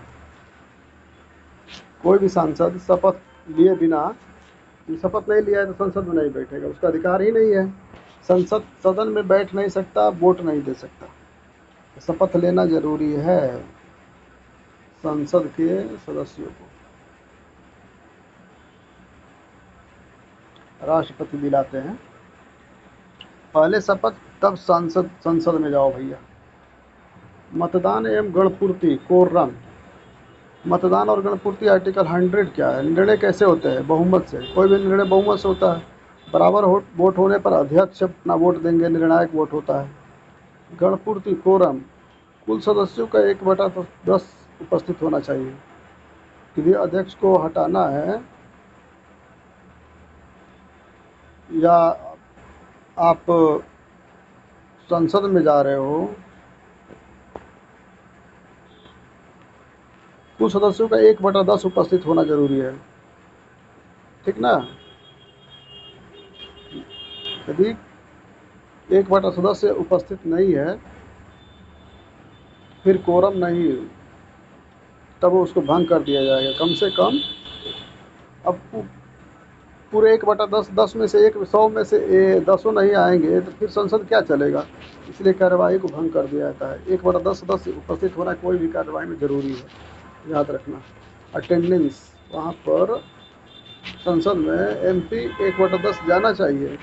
यदि 1/10 से कम गए तो जैसे मान लो 200 550 है, 543 है, तो इसमें आपका 54 सदस्य को जाना जरूरी है, तभी संसद चलेगा। नहीं तो कोई बात पर बहस नहीं होगी, संसद भंग हो जाएगा, कि संसद नहीं चल पाएगा, भंग नहीं। 1/10 सदस्य का अटेंडेंस होना संसद में जरूरी है। लोकसभा 543 सदस्य, कोरम 54। ये बताया, तुरंत बता दिया हम अपने से। यदि पर्याप्त सदस्य उपस्थित नहीं है तो सदन को भंग नहीं, स्थगित किया जा सकता है, रोक दिया जाता है। 1/10 सदस्य होंगे तभी सदन शुरू होगा। आर्टिकल 101 चलिए। आर्टिकल 101 क्या कह रहा है? सीट खाली होना। यदि सीट खाली है, सीट कब खाली होती है? दोहरी सदस्यता। यदि हम ड्यूअल सदस्य ले लेते हैं, लोकसभा का भी सदस्यता ले लिया और राज्यसभा का, तो एक सीट खाली करता हो जाता है स्वतः। संसद में भी सदस्य है, विधानसभा के भी सदस्य है। संसद में यदि सदस्य बन गए, जैसे नीतीश कुमार संसद में सदस्य बन गए, तो विधानसभा वाला खाली करना पड़ा। एक ही पद ले सकते हैं ना एक आदमी, दोनों के सदस्य नहीं रह सकते हैं। इस्तीफा, लिखित रूप से इस्तीफा देने पर भी खाली होता है। अनुपस्थित, लगातार अटेंडेंस उपस्थित नहीं हो रहे तभी पद खाली हो सकता है। यह आर्टिकल 101 है। आर्टिकल 102 क्या है? संसद सदस्य की अयोग्यता। अयोग्य कब, डिस्क्वालीफाइड कब माना जाता है संसद का सदस्य? कोई एमपी अयोग्य कब माना जाता है? जब वो लाभ के पद पर हो जाता है तो वो एमपी अयोग्य हो जाता है। जब वो दिवालिया हो जाता है तो एमपी अयोग्य हो जाता है। या मानसिक दिवालिया, मतलब किसी का कर्ज लिया है और नहीं दे रहा है, दिवालिया, भग गया है, तो वैसे संसद के सदस्य नहीं रह सकते हैं। पागल आदमी संसद के सदस्य नहीं, मानसिक रूप से अस्वस्थ जो है वो संसद के सदस्य नहीं हो सकते हैं। विदेशी नागरिकता, जिसके पास विदेश की नागरिकता है वो संसद के सदस्य नहीं हो सकते हैं। दल बदल कानून, जैसे सोनिया गांधी जब एक बार बहुमत में आई थी तो प्रधानमंत्री नहीं बनी थी, क्योंकि विदेशी नागरिकता उनके पास विदेश की थी, इसलिए मनमोहन सिंह को सरकार बनाई थी। चाहती तो सोनिया गांधी उस समय सरकार बना लेती, प्रधानमंत्री बन जाती, लेकिन नहीं बनी। दल बदल कानून, एंटी डिफ्लेक्शन, यदि सदस्य अपनी पार्टी छोड़ दे, अपना पार्टी छोड़ दे। दल बदल कानून क्या है? एंटी डिफ्लेक्शन, यदि कोई सदस्य है अपनी पार्टी छोड़ देता है या पार्टी के खिलाफ वोट देता है तो फिर उनकी सदस्यता समाप्त हो जाएगी। ये क्या रूल है? आप बीजेपी पार्टी में शामिल हुए, बीजेपी की तरफ से चुनाव लड़े, बीजेपी की तरफ से चाहे किसी एक पार्टी की तरफ वोट दिया और जा करके फिर उसके खिलाफ में बोलेंगे तो फिर आपकी सदस्यता रद्द हो जाएगी। ये धोखाधड़ी जैसा है ना, इसीलिए दल बदल कानून लाए गए। ये ऐसा धोखाधड़ी रोकने के लिए जिस पार्टी में हो उसी पार्टी के खिलाफ बोलना पड़ेगा। यदि उसके खिलाफ बोले तो आपकी सदस्यता जा सकती है। इसलिए बोलने के पहले वाणी पर कंट्रोल रखना पड़ता है, कहीं अपने ही पार्टी की शिकायत ना कर दें। शिकायत कर दीजिएगा तो सदस्यता आपकी रद्द हो जाएगी, क्योंकि उस पार्टी के आप सदस्य हैं।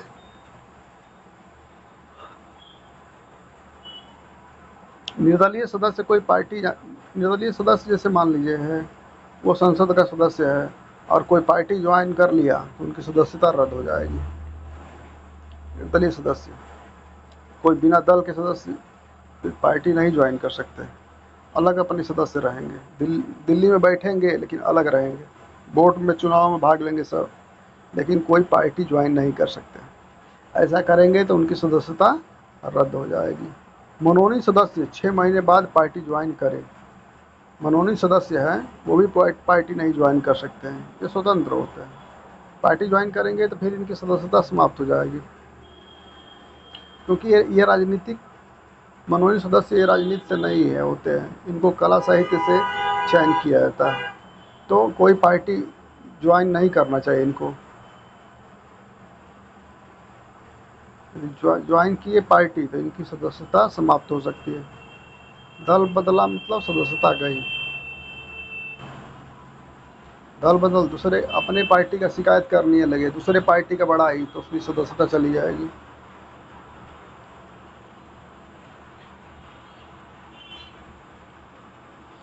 अयोग्यता पर निर्णय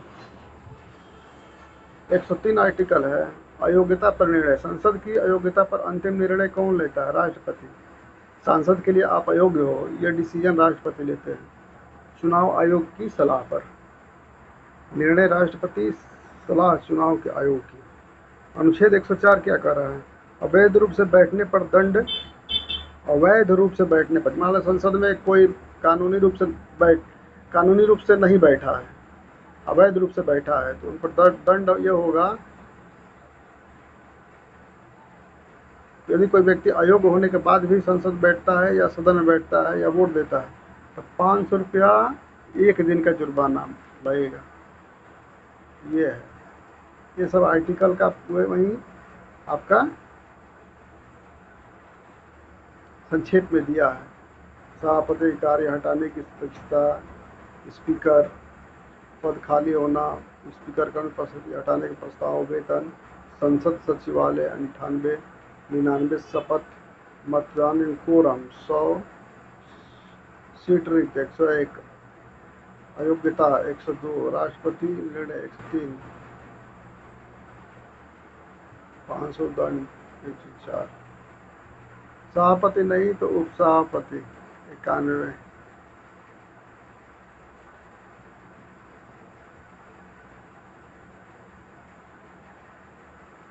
ये 102 दल बदल है, 103 राष्ट्रपति फैसला लेता है, 104 गलत बैठने पर 500 जुर्माना, ये सब पढ़ा दिया है। अब चलिए 105 में संसद और सांसदों के विशेषाधिकार। संसद और सांसद के अधिकार क्या है? यह अनुच्छेद 105 जो है ना, सांसदों को संसद के अंदर बिना हिचक के, बिना डर के बोलने की स्वतंत्रता देता है कि आप कुछ भी बोलिए संसद में। आप किसी का विरोध करना है तो कीजिए, क्योंकि संसद ये संविधान पावर देता है भाई सांसदों को संसद में बिना ही डर के बोलने के लिए। और व्यक्ति की स्वतंत्रता, सांसद संसद में खुलकर बोल सकता है। संसद में कही गई बात पर अदालत में मुकदमा नहीं चल सकता है। अब एक कोई गलत बोल दिया उनके विषय में तो अदालत में जाकर के मुकदमा नहीं कर सकते, ये रूल है। मतदान की स्वतंत्रता, सांसद में किसी पर वोट दिया, जो वोट दिया उसके लिए अदालत में कार्रवाई नहीं होगी। यदि कोई बिल पर वोट दे दिया संसद तो अदालत में उस पर कार्रवाई नहीं की जाएगी। गिरफ्तारी से सुरक्षा, सिविल कोर्ट में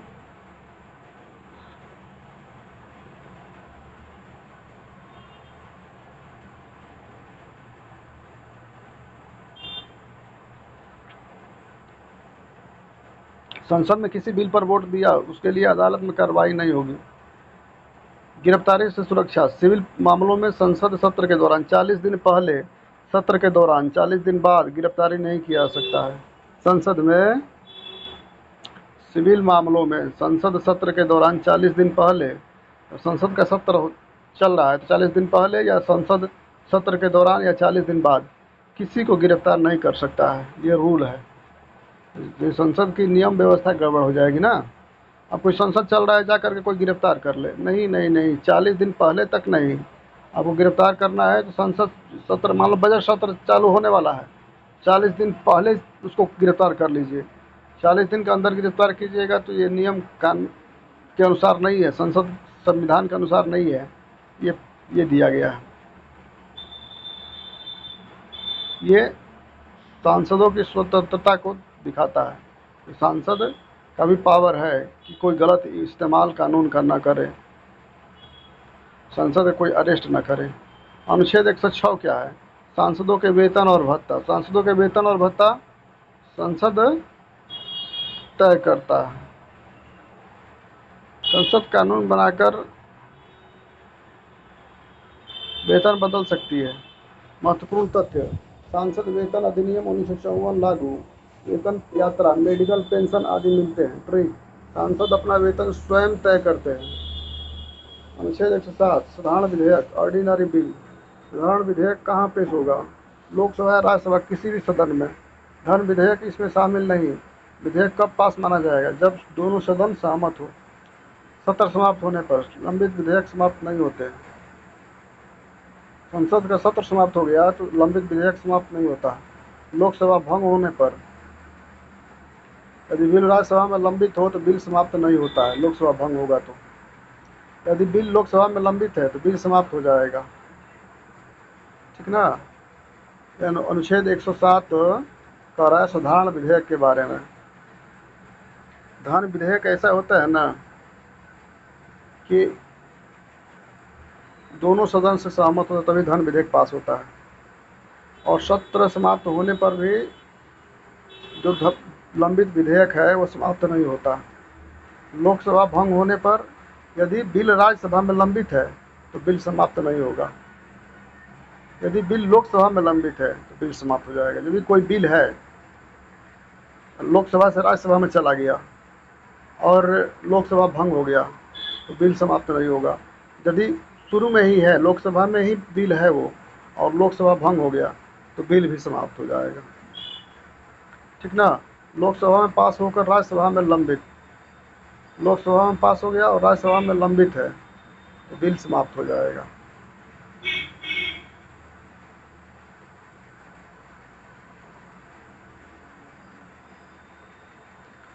ठीक है। लोकसभा भंग होने पर यदि बिल राज्यसभा में लंबित है, बिल राज्यसभा में लंबित है, बिल समाप्त नहीं होगा। यदि बिल लोकसभा में लंबित है तो बिल समाप्त हो जाएगा। लोकसभा से पास होकर राज्यसभा में लंबित है, लोकसभा से पास हो गया और राज्यसभा में लंबित है और लोकसभा भंग हो गई तो बिल समाप्त हो जाएगा। यानी राज्यसभा अस्थायी सदन है, इसलिए वहाँ लंबित बिल बच जाता है, याद रखिए। राज्यसभा में यदि कोई बिल अभी गया है तो वो तो अस्थायी सदन है, इसीलिए वो बिल नहीं समाप्त होता है।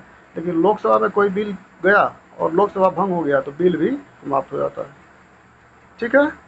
108 संसद की संयुक्त बैठक बुलाई जाती है 108 के तहत। संयुक्त बैठक कब? संयुक्त बैठक एक सदन पास करे दूसरा अस्वीकार करे तब, संशोधन पर सहमति न बने तब, दूसरा सदन 6 महीने तक बिल का रोक ले तब भी संयुक्त बैठक बुलाई जाती है। ज्वाइंट सिटिंग 108 आर्टिकल कहता है। कौन बुलाता है? तो राष्ट्रपति। अध्यक्षता कौन करता है संयुक्त बैठक की? स्पीकर। निर्णय साधारण बहुमत से, ऐसे ही मौखिक रूप से। कोरम यानी उपस्थित होना, एक कोरम में 1/10 सदस्य संसद में उपस्थित होना जरूरी है। ये दोनों सदस्यों का कुल 1/10 उपस्थित रहेंगे तभी किसी बात पर चर्चा होगी। धन विधेयक और संविधान संशोधन विधेयक पर संयुक्त बैठक नहीं होती। देखिए, दो विधेयक ऐसे हैं ना जिन पर संयुक्त बैठक की आवश्यकता नहीं है, धन विधेयक और संविधान संशोधन। जब मतभेद होता है तब संयुक्त बैठक बुलाया जाता है। आर्टिकल 109 है धन विधेयक। धन विधेयक क्या है? मनी बिल, जैसे जो केवल टैक्स से संबंधित हो, सरकारी उधार से हो, भारत की संचित निधि या सरकारी खर्च, ये होता है धन विधेयक के विषय। धन विधेयक केवल लोकसभा में पेश